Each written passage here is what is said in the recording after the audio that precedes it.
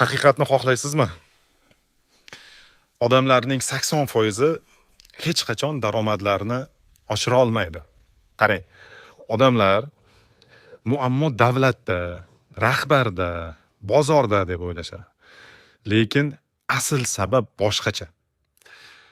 Ularda harakatlar tizimi yo'q.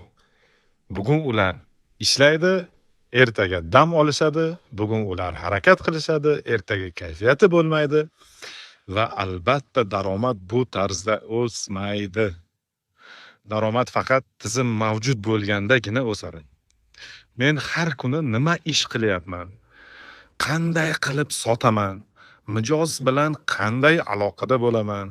Vaqtimni qanday boshqaraman?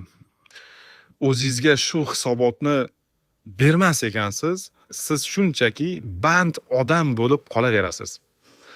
Boshqa hech narsa yo'q. Va agar siz o'zingizni hozir tanigan bo'lsangiz, bu normal holat. Savol ham bunda emas aslida.